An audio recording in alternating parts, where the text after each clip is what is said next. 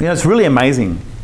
There's this thing called motivation, and I think sometimes it gets a little bit too confused, but it's really actually simple. Motivation is just what makes someone, what causes someone to get out of bed in the morning, what causes someone to want to apply for your job and work in your organisation. And from a hiring perspective, that's all we're really interested in. Why does a person want to apply for our job? And this is where how you attract candidates becomes so important. And we've actually done split testing on this and played with it. So you have these two job ads. Okay, the first one says, come and work at my company. We're the top payers, we have lots of training, we have beautiful offices, we have the best brand name in the world, and basically everyone is going to think you're a god because you work at our company.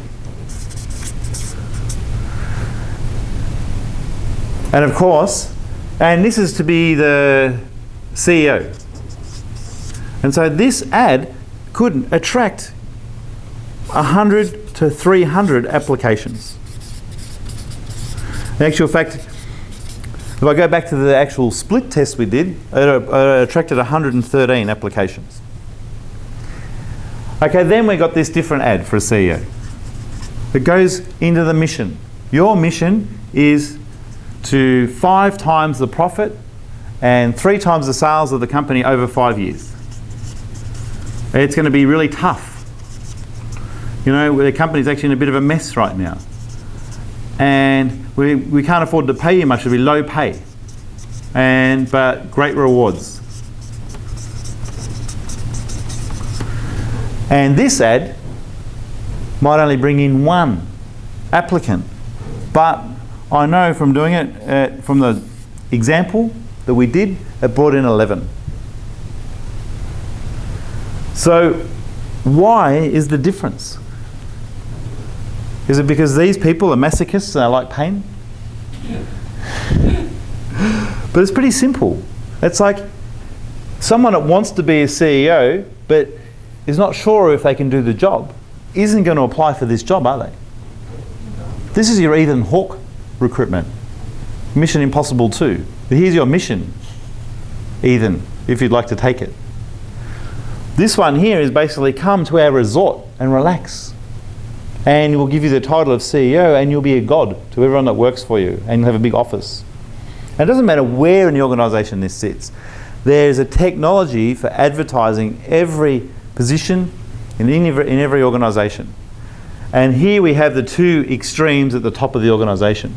But now, interestingly enough, because Performia can accurately measure return on investment or the potential for someone's how much value they can add, and also can measure how destructive or constructive they might be, that we know out of this 113, less than 2 of them were even interesting. Out of this 11, 10 were interesting. So just by changing the strategy of how jobs are advertised and what motivates people can already improve not only how long it takes to do the hiring, because obviously there's a lot less time to handle 10 or 11 applicants than 113, but already we've got a very low margin of error. Even if we use no more screening but just hire 1 person because we picked them out of a hat, we're going to do better than what we can with every sort of system here.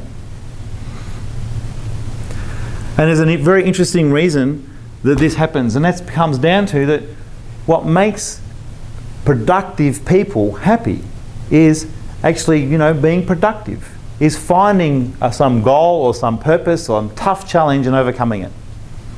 That's what makes them happy. And funny enough, these guys are never looking for happiness because they're looking for the next challenge, which just creates happiness. These guys are always looking for happiness because they think happiness is having no challenges, and so never become happy. So push people, challenge them. All right, give it a go in your own organisation. Change a few of your ads or the way you're trying to hire people. In the hiring interview, tell them how terrible the job's going to be and how tough and horrible it will be, and see who you're left with. Give it a go. If you need help, we're right there. We can help you. The whole strategy on how to attract and the whole strategy on how to screen, because so that you know which people you should be interested in.